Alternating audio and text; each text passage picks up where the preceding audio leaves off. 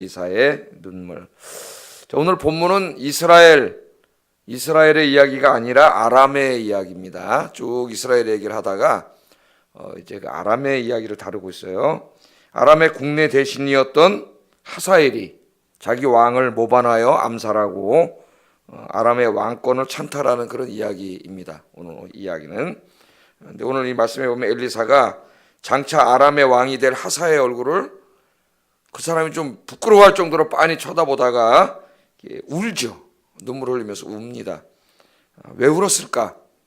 왜 울었을까? 이 하사엘도 물어봤어요. 내 주여 왜 우십니까? 이렇게 물어봤는데 오늘 아침에는 이 엘리사의 눈물의 의미를 우리 살펴보고 엘리사의 눈물이 오늘 우리들과 어떤 관계가 있는지 말씀을 통해서 좀 살펴보겠습니다.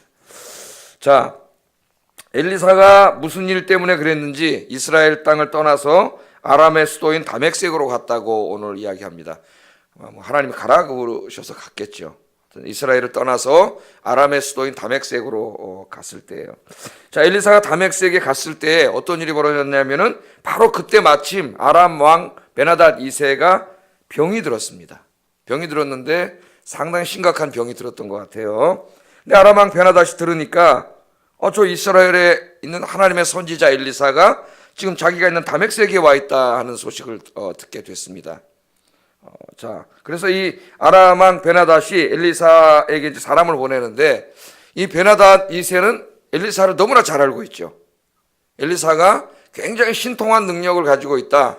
그걸 자기가 경험해서 아는 사람입니다. 어떻게 알았어요?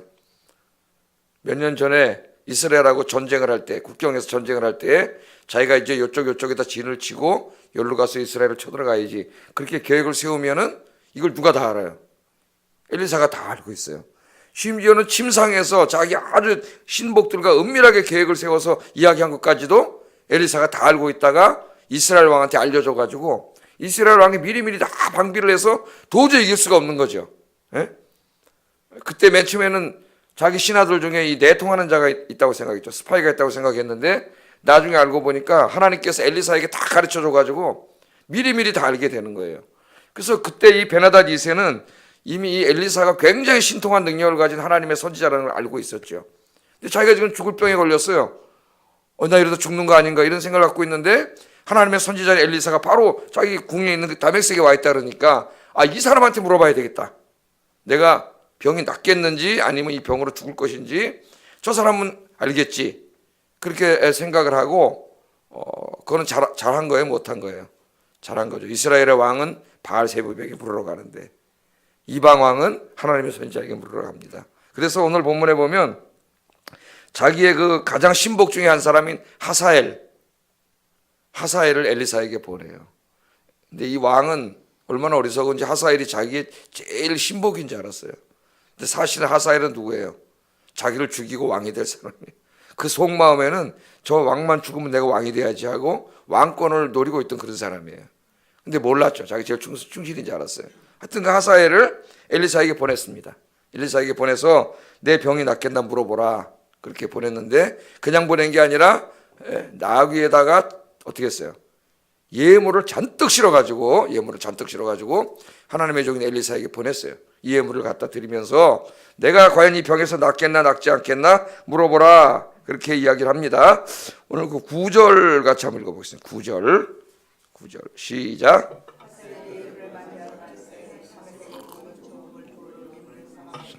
낙타 40마리에 싣고 나아가서 그의 앞에 서서 이르되 당신의 아들 아람 왕 베나닷이 나를 당신에게 보내 이르되 나의 이 병이 낫겠나이까 하더이다. 낙타 몇 마리요?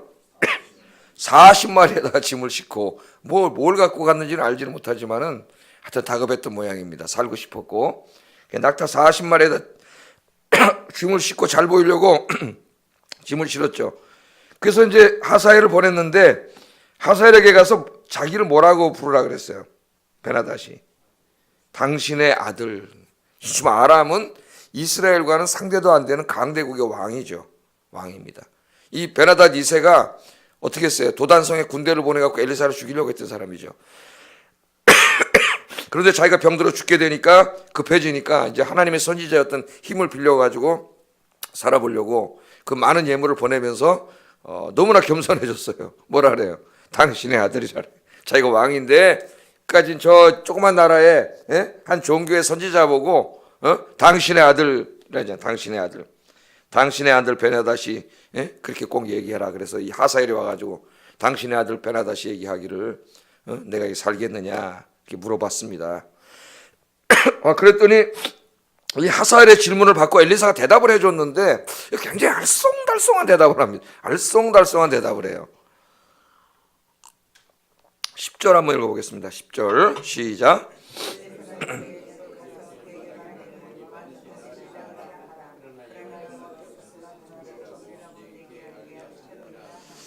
자, 이게 무슨 말이죠? 엘리사가 이르되 너는 왕한테 가서 말하기를 왕이 반드시 그 병이 나을 것이다. 그 병으로 죽지는 않는다 그 말이죠. 그 병이 나으리라 하라. 그럼 됐잖아요. 근데 그러나 여호와께서 또 나에게 가르쳐 주신 게 있는데 그가 반드시 죽는다. 이건 또 무슨 말이에요? 병은 나은다면서 병으로 죽지 않아. 병은 낫는데 하나님 나에게 말씀하시기를 왕은 반드시 죽는다. 그렇게 말했다는 거예요. 굉장히 좀 알쏭달쏭합니다. 참으로 알쏭달쏭한 말씀을 하시는데 이게 무슨 말일까요? 본문을 계속 읽으면 이 알쏭달쏭한 대답이 뭔지 우리가 알 수 있습니다. 읽었기 때문에 이미 우리가 알고 있죠. 자, 이 아람 왕은 병 때문에 죽는 게 아니고 병은 나을 건데 병 때문에 죽는 게 아니라 어떻게 죽게 돼요? 하사엘의 모반으로 죽게 됩니다. 하사엘이 죽일 거예요. 지금 와 있는 그 사람이 왕을 죽일 거예요. 사실 이 하사엘은 호시탐탐 왕을 죽이고 자신이 왕이 될 기회를 마음으로 엿보고 있던 사람입니다. 이 마음속에 감히 표현을 못하고. 그러니까 왕이 죽을 병에 걸린 것 같으니까 속으로는 굉장히 기뻤어요, 안 기뻤어요? 기뻐하고 있던 그런 사람인데 속내를 누구에게도 드러내지 않았죠. 왕이 죽기만을 학수고대하고 있던 그런 사람이죠. 이 사람이 하사엘이. 자, 이 하사엘이 누구냐 하면은 여러분 열왕기상 19장 15절 한번 찾아보세요. 우리 공부한 열왕기상 19장 15절. 거기 이미 엘리야 시대에 등장을 해요. 이 사람이.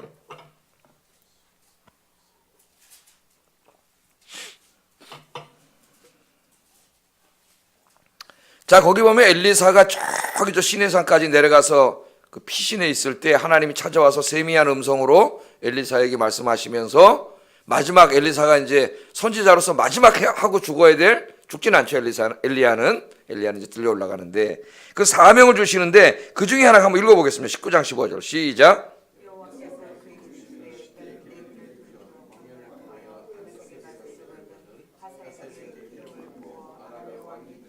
아멘.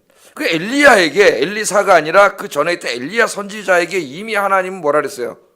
네가 마지막으로 해야 될 일이 아람 땅 다메섹에 가서 하사엘이라는 사람을 찾아가지고 그 사람의 아람 왕이 되도록 기름을 부어라. 근데 엘리야가 했어요, 안 했어요?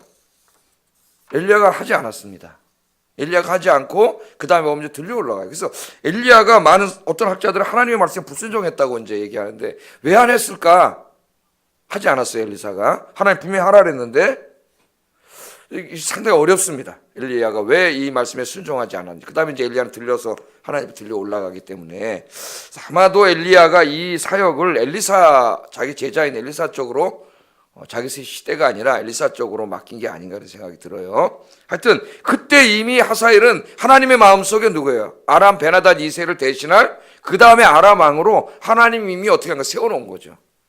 세워놓은 거예요. 자, 우리는 여기서 매우 중요한 신앙적 교훈을 하나 얻게 되는데 하나님은 모든 인간의 역사를 다 어떻게 하는 거예요? 계획하고 섭리하시는 분이에요.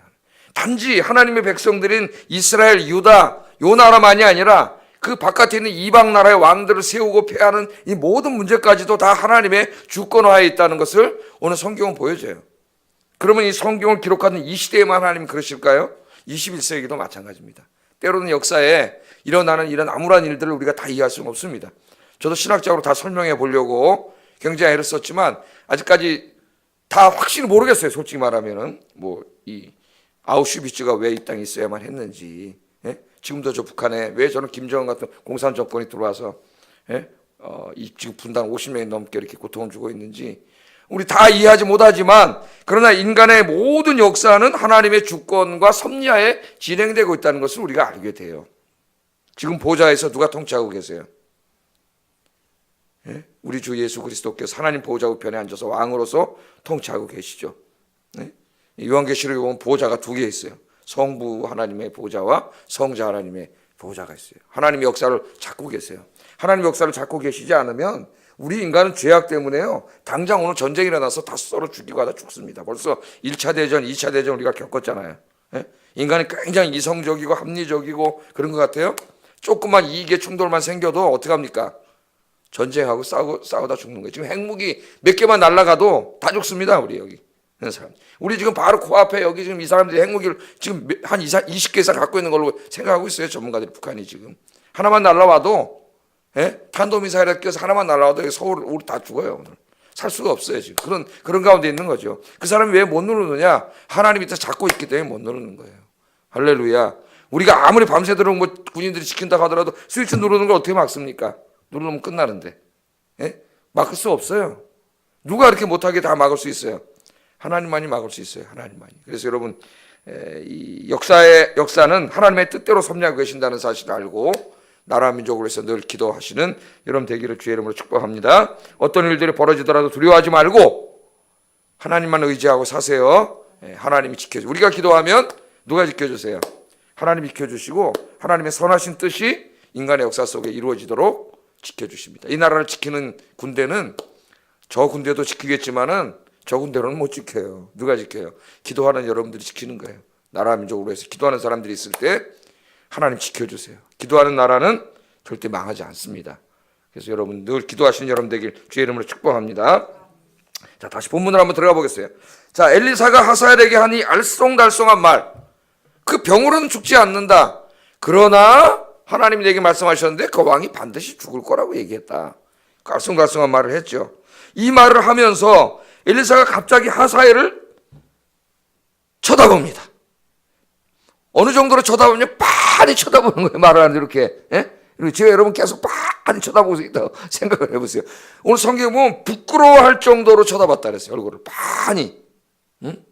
그 왕이 어떻게 한다고요? 병으로는 죽지 않는데 병은 낫지만은 반드시 죽는다 그러면서 하사엘을 빤히 쳐다보는 거예요. 그러니까 하사엘이 부끄러워할 정도로 쳐다보는데 쳐다보다 갑자기 엘리사가 어떻게 해요? 울기 시작하는 거예요. 울기 시작해. 11절에 보면 하나님의 사람이 그가 부끄러워하기까지 그의 얼굴을 쏘아보다가 울었다 그랬습니다. 울었어요. 그러니까 하사엘이 당황을 했겠죠. 자기를 쳐다보다 부끄러워할 정도로 나를 왜 이렇게 쳐다보지? 그런데 빤히 쳐다보니까 앞에서 그다가 갑자기 우는 거죠. 엘리사가. 그러니까 뭐라 그랬어요? 왜 웁니까? 그랬죠? 왜 웁니까? 그랬더니 이야기를 합니다. 12절 13절에 보면 하사엘이 이르되 내 주여 어찌하여 우시나이까 하는지라. 대답하되 엘리사가 대답한 거죠. 내가 이스라엘 자손에게 행할 모든 악을 내가 알미라.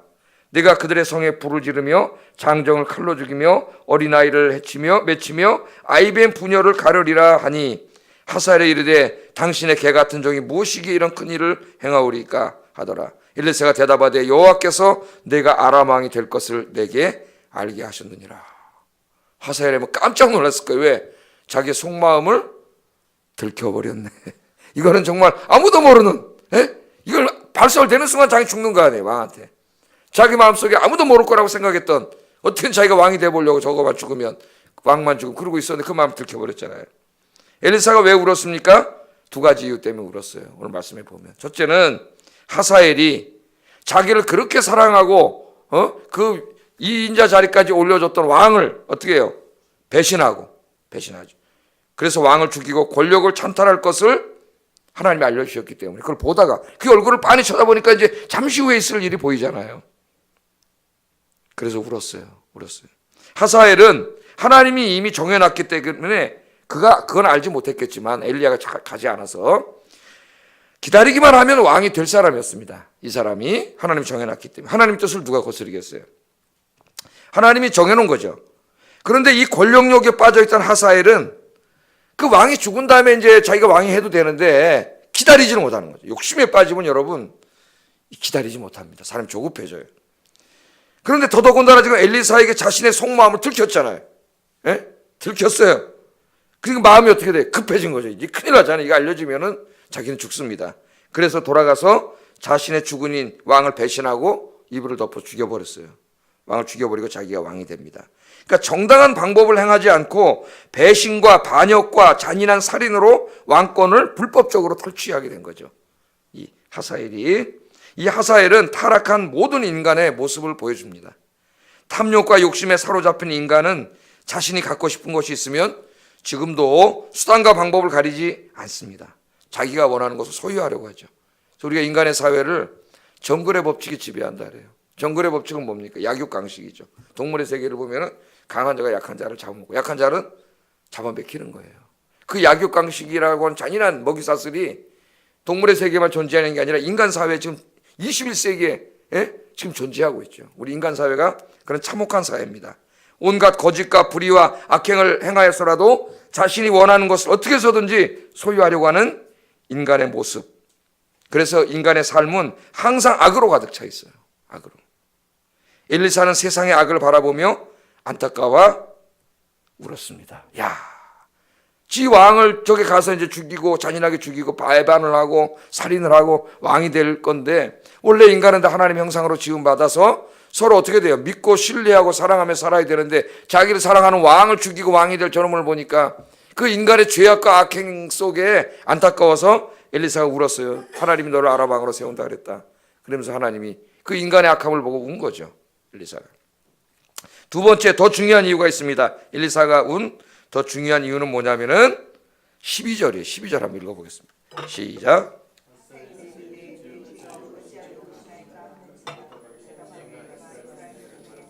모든 악을 내가 알미라. 내가 그들의 성에 불을 지르며 장정을 칼로 죽이며 어린아이를 맺히며 아이벤 부녀를 가르리라 하니. 정말 또 중요한 하나의 눈물은 이 하사엘이 왕이 되면은 하나님의 백성들이 이스라엘에게 고통을 줄 것이 그 얼굴을 통해서 보여지는 거예요. 뭘 한다고요? 끔찍한 얘기가 나옵니다. 여기 네가 이스라엘 자손에게 행할 악을 내가 알기 때문에 운다는 거예요. 내 백성들이 너 때문에 당할 고통을 보면서 우는 겁니다. 엘리사가 뭐라 그래요? 네가 이스라엘 성에 쳐들어가서 성에다 불 지르고 뭔 집들이 다 탈 거 아닙니까? 그 다음에 그 장정들을 칼로 다 죽이고 아들들, 아버지들을, 아들들을, 어린아이까지 들어서 땅에다 집어던져 맺히는 잔인한 살해를 하고 아이벤 부녀 배를 갈라다 죽이는 끔찍한 전쟁과 방화와 살육을 할 것이 그 얼굴에 나타나는 거야. 이 하사엘이 이제부터 한 굉장히 오랫동안 왕 노릇을 하면서 이스라엘과 유다를 다 괴롭히는 왕이 됩니다. 이 사람이. 그러니까 그 하사엘의 얼굴을 빤히 쳐다보면서 그게 보이니까 이자가 장차 왕이 되어서 자기 백성들을 괴롭히고 지금 자기 백성들이 이자에게 살육을 당하고 이런 침략을 당하고 다 불태워버리고 이럴 걸 보니까 너무나 가슴이 아픈 거죠. 엘리사가. 그래서 엘리사가 운 거예요. 네가 내 백성에게 행할 끔찍한 일을 보니까 내 백성을 바라보고 내가 운다. 엘리사가 그렇게 이야기합니다. 왜 하나님이 하사엘을 통해서 이스라엘을 심판하십니까? 하나님이 엘리야를 보내고 엘리사를 보내고 계속 찾아가서 이야기하는데도 계속 하나님께로 돌아오지 않고 뭐 하고 있어요? 바알을 섬기고 아세라 섬기고 금송아지 섬기고 계속 죄를 짓고 살아가요. 계속 하나님을 떠나요. 하나님이 기다리고 또 기다려주시고, 그죠? 선지자를 보내서 또 말씀하시고 계속 하는데도 끝까지 돌아오지 않기 때문에 이제 하사엘을 통해서 이스라엘 백성들이 하나님의 공의의 심판을 받게 되는 거예요. 그걸 보니까 너무나 안타까워서 엘리사가 운 거죠. 울었어요. 회개하고 하나님께만 돌아오면 자기 백성이 하사엘 이자에게 그런 끔찍한 일을 당하지 않을 텐데, 자기 백성이 아무리 얘기해도 돌아오지 않고 이제 이 눈앞에 있는 바로 이자, 자기가 지금 빤히 쳐다보고 있는 이자에게 당할 그 엄청난 고통을 보면서 자기 백성이 안타까워서 엘리사가 울었어요. 예수님께서도요 똑같이 우셨습니다. 예루살렘 성에 오셔가지고 예루살렘 성을 바라보면서 우셨죠.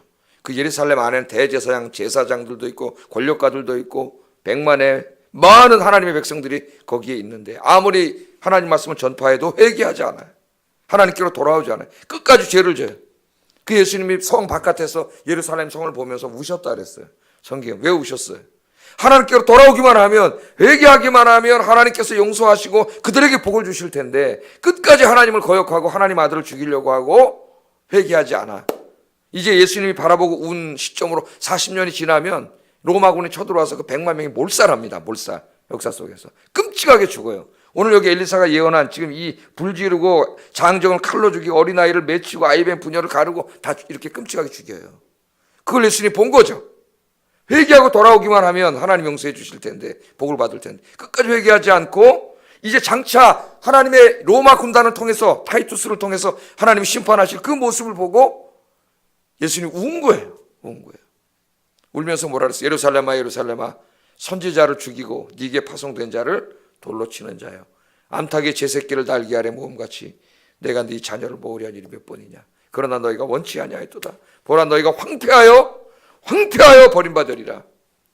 그 이후에 2000년 동안 나라 없는 민족으로 유랑했습니다. 우리가 이 유대인의 역사는 우리가 잘 알고 있죠. 2000년 동안 엄청난 가는 곳마다 박해를 받고, 그러다 1948년에 우리나라에 여기 남한에 우리나라의 그 단독 정부가 수립되는 1948년에 그 유럽 사람들의 도움을 받아서 지금 있는 그 이스라엘에다가 정부를 세우기까지 2000년이 걸렸어요. 2000년 동안 나라 없는 민족으로 여기저기 천덕군이로 살았습니다. 하나님 떠난 죄로 여러분 2000년을 그렇게 돌아다녔어요. 예수님께서 우셨습니다. 예수님이 제자들에게 뭐라 그랬냐면은, 산상설교에서 애통하는 자는 복이 있다. 애통하는 자가 누굽니까? 우는 자죠. 왜 울어야 됩니까? 우리가 내 자신이 슬퍼서 내 인생이 너무 한심하고 불쌍해서도 울어야 되겠지만은, 그러나 여기 애통하는 자는 그런 애통하는 자가 아니에요. 어떤 애통하는 자? 이 시대를 끌어안고 우는 자입니다. 하나님 떠나 죄 짓고 서로 죽이고 싸우고 물고 뜯고 그런 사람들, 이 죄 가운데 살다 멸망받을 세상 사람들을 바라보며 불쌍해서 우는 자가 복이 있다. 우는 자가 복이 있다. 하나님이 그렇게 말씀을 하셨습니다. 우리 주변에 이 말씀은 이제 우리에게 연결이 돼요. 제가 아까 그랬죠. 엘리사의 눈물과 우리가 무슨 상관이 있느냐. 오늘 새벽에 나온 저와 여러분도 이 세상 사람들을 바라보며 애통해야 합니다. 애통하고 울어야 돼요. 하나님 떠나서 끝까지 하나님께로 돌아오지 않고 지금도 죄짓고 살아가는 그 사람들, 돈이 하나님인 줄 알고 세상을 즐기는 쾌락이 하나님인 줄 알고 권력이 하나님인 줄 알고 그렇게 세상 따라가는 사람들 바라보면서 오늘 울어야 됩니다. 그들이 내 가족이고 내 친구이고 내 가까운 이웃들입니다. 하나님께 돌아오지 않으면 하나님의 공의의 심판을 받아서 지옥불에 떨어지게 돼요. 지옥불에. 우리가 그 안타까운 생각을 해야 돼요. 그래서 내 사랑하는 사람들이 예수 믿고 구원받을 수 있도록, 하나님께로 돌아올 수 있도록 울며 기도해야 됩니다. 오늘 이 아침에 오신 여러분들, 엘리사의 눈물, 그 이스라엘 백성들을 바라보며 안타깝게 울었던 엘리사의 눈물이 오늘 새벽에 나오신 여러분들의 눈물이 되기를 주의 이름으로 축복합니다. 기도하겠습니다. 두 가지 오늘 기도를 하겠습니다. 이 세상의 죄악과 악행이 그치고 이 땅에 하나님의 정의와 평화가 실현되도록. 여러분, 우리 뉴스를 들으면 진짜 죄악이 너무 관영해 있죠. 이 세상에 이 죄악을 끌어안고 기도하시기 바랍니다. 두 번째는 내가 사랑하는 사람들이 회개하고 하나님께 돌아오도록 그들을 위하여 눈물로 그 영혼을 구원해 달라고 기도하시기 바랍니다. 같이 기도하겠습니다.